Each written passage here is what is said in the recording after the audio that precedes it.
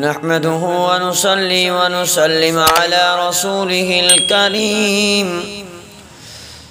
أما بعد فأعوذ بالله من الشيطان اللعين الرجيم بسم الله الرحمن الرحيم قال النبي صلى الله عليه وسلم إن الله تجاوز لي عن أمتي عما حدثت به أنفسها ما لم تعمل به أو تكلم وقوله إن الله تجاوز لي عن أمتي الخطأ والنسيان وما استقره عليه وقوله رفع القلم عن ثلاث عن النائم حتى يستيقظ وعن الصغير حتى يكبر وعن المجنون حتى يعقل أو يفيق أو كما قال عليه الصلاة والسلام صدق الله وصدق رسوله النبي الصادق الأمين ونحن على ذلك لمن الشاهدين والشاكرين والحمد لله رب العالمين. عزیزان گرامی محترم سامعین مکرمین، اللہ کے احسان اور کرم نوازی سے ہمارے درس حدیث کا یہ پروگرام جاری و ساری ہے. رب العالمین سے دعا ہے رب العالمین ہمارے اس درس حدیث کو اپنے بارگاہ عظیم نے قبول و مقبول و منظور فرمائے اور شفاعت کا ذریعہ بنائے. آج میں اہم عنوان امت محمدیہ پر جو اللہ رب العزت کے انعامات ہیں وہ اللہ کے رسول صلی اللہ علیہ وسلم نے کس طرح سے بیان فرمایا، ذرا توجہ فرمائے. اللہ کے رسول نے فرمایا ان اللہ تجاوز لی عن امتی عما حدثت به انفسها ما لم تعمل به او تکلم او کما قال علیہ الصلاۃ والسلام. اللہ کے رسول صلی اللہ علیہ وسلم نے فرمایا کہ بے شک اللہ تعالیٰ نے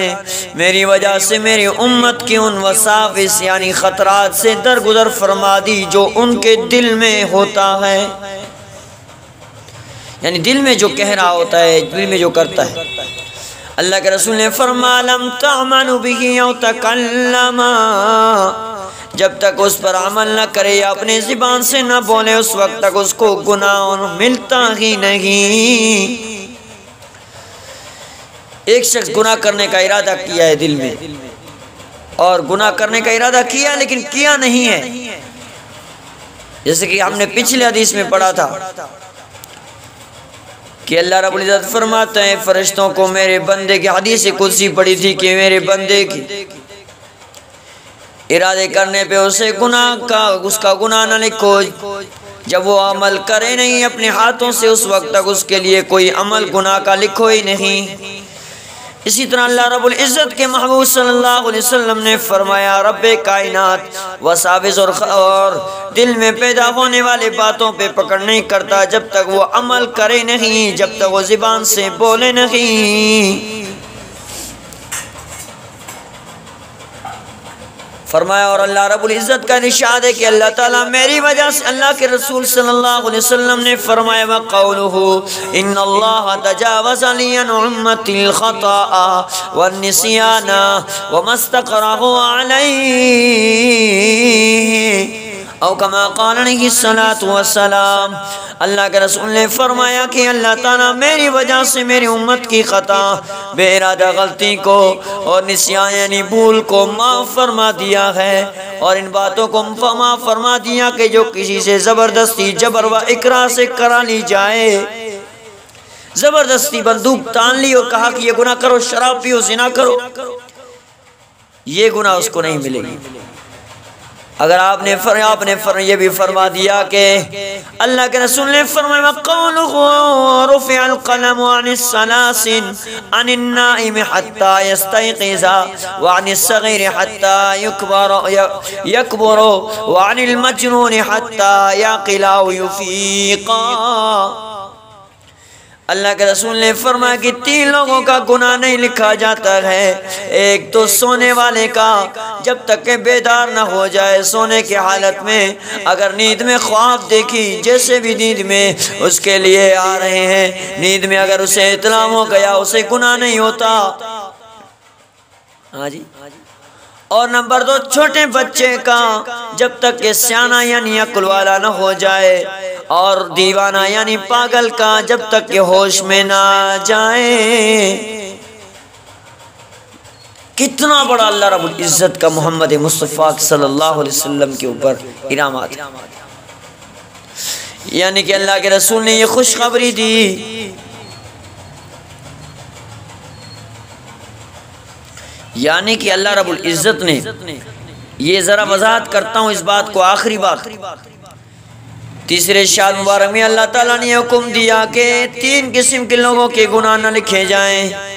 اس کی تھوڑی سی وضاحت کرتا ہوں۔ ایک تو وہ شخص جو سو رہا ہو، دوسرا بچہ جب تک بڑا اور سیانہ نہ ہو جائے، تیسرے وہ شخص جو مجنون دیوانہ ہو گیا، جب ہوش نہ رہا، پاگل ہو گیا، پاگل پن کی حالت میں، حواس بھی نہ تھی، اگر کسی سے جبر یہ طلاق لکھوائی جائے تو یہ طلاق واقع نہ ہوگی۔ ہاں ہم نے پیچھے پڑھا کہ اگر جبرن کسی گناہ کروا دی جائے، ہاں جبرن اگر کسی کو بندوق تان کے اسے رکھ دیا اور کہا کہ طلاق دے دو، تو ایسے شخص کی طلاق بھی نہیں ہوگی۔ اگر پاگل ہو گیا، ہوش بھی نہ رہا، ہوش